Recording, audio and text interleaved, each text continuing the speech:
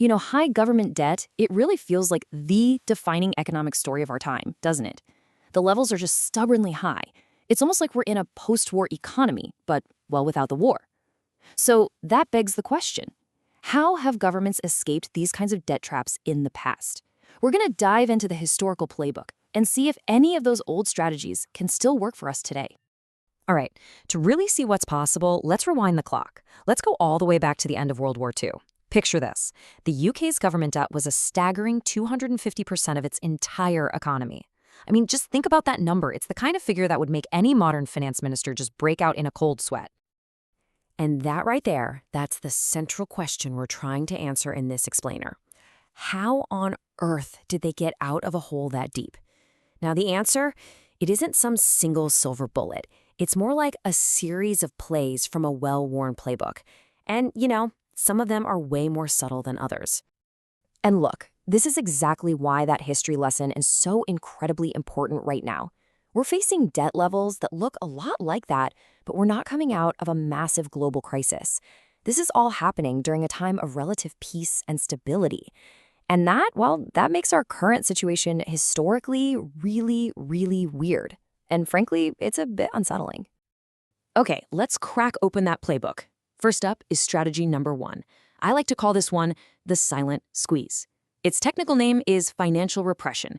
And trust me, it's a very quiet, almost sneaky, behind-the-scenes way to deal with a mountain of debt.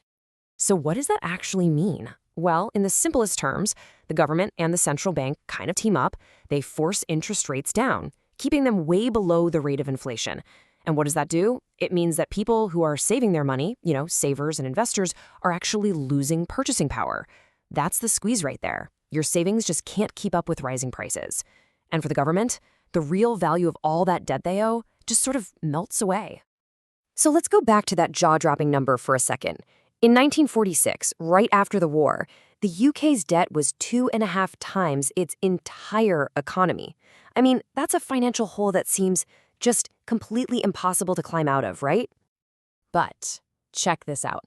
Over the next 3 decades, something pretty remarkable happened. They didn't have huge budget surpluses, they didn't go through crippling austerity, but somehow that massive debt burden shrank, and shrank dramatically, falling all the way down to about 50% of GDP by the mid-70s. That, my friends, is the power of financial repression in action. So why don't we just do that now? Well, this play is so much harder to run today. See, back then, financial systems were pretty closed off. Money couldn't just zip across borders at the click of a button.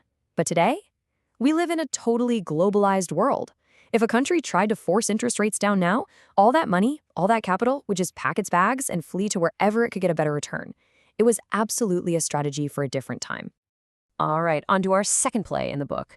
If you can't quietly squeeze the debt away, what's the alternative? Well, maybe you can just outgrow it. This is what we call the growth engine strategy. So the key idea here is something called the denominator effect. The easiest way to think about it is like this. Imagine the entire economy is a pie. The national debt is just one slice of that pie. Now, if you can make the whole pie grow much, much bigger, that single slice of debt, even if it stays the same absolute size, becomes a smaller and smaller percentage of the whole thing. The trick is making sure the pie grows faster than the slice does. And yeah, history gives us a fantastic example of this. After the Napoleonic Wars, Britain's debt was, again, massive, over 200% of its economy. But then something incredible happened, the Industrial Revolution. The economy just exploded, tax revenues went through the roof, and that huge pile of debt just kind of shrank into the background over the next half-century. So the billion-dollar question is, can we pull that off again? That's a tough one. The 19th century had a perfect storm of conditions. The Industrial Revolution, a young, booming population, and not a lot of global competition. What do we have today? Well, we've got aging populations and incredibly fierce global competition. So unless something like AI delivers a productivity miracle on the scale of the steam engine, replicating that kind of growth is going to be a very, very tall order. Which brings us to our third play. And this one is maybe the most direct and definitely the most dangerous play in the entire book, the inflation fix. Yeah, this one is not a surgical tool, it's a sledgehammer. The logic is simple. Inflation makes the money you owe worth less over time. So let's say a government has a giant pile of old debt, all priced in dollars.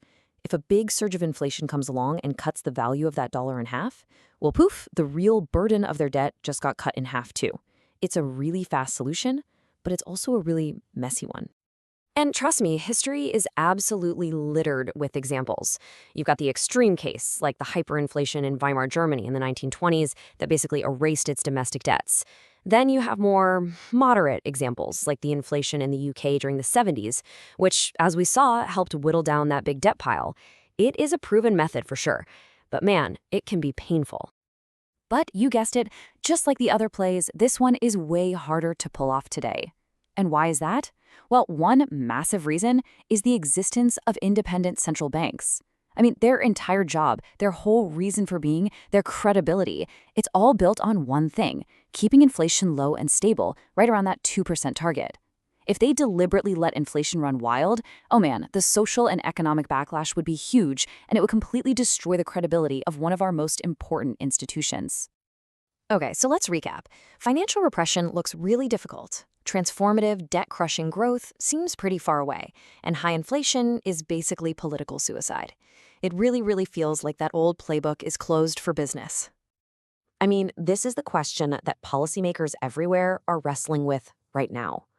All the historical escape hatches seem to be bolted shut. So where does that leave us? Let's just put it all together. The old playbook is closed for a few key reasons.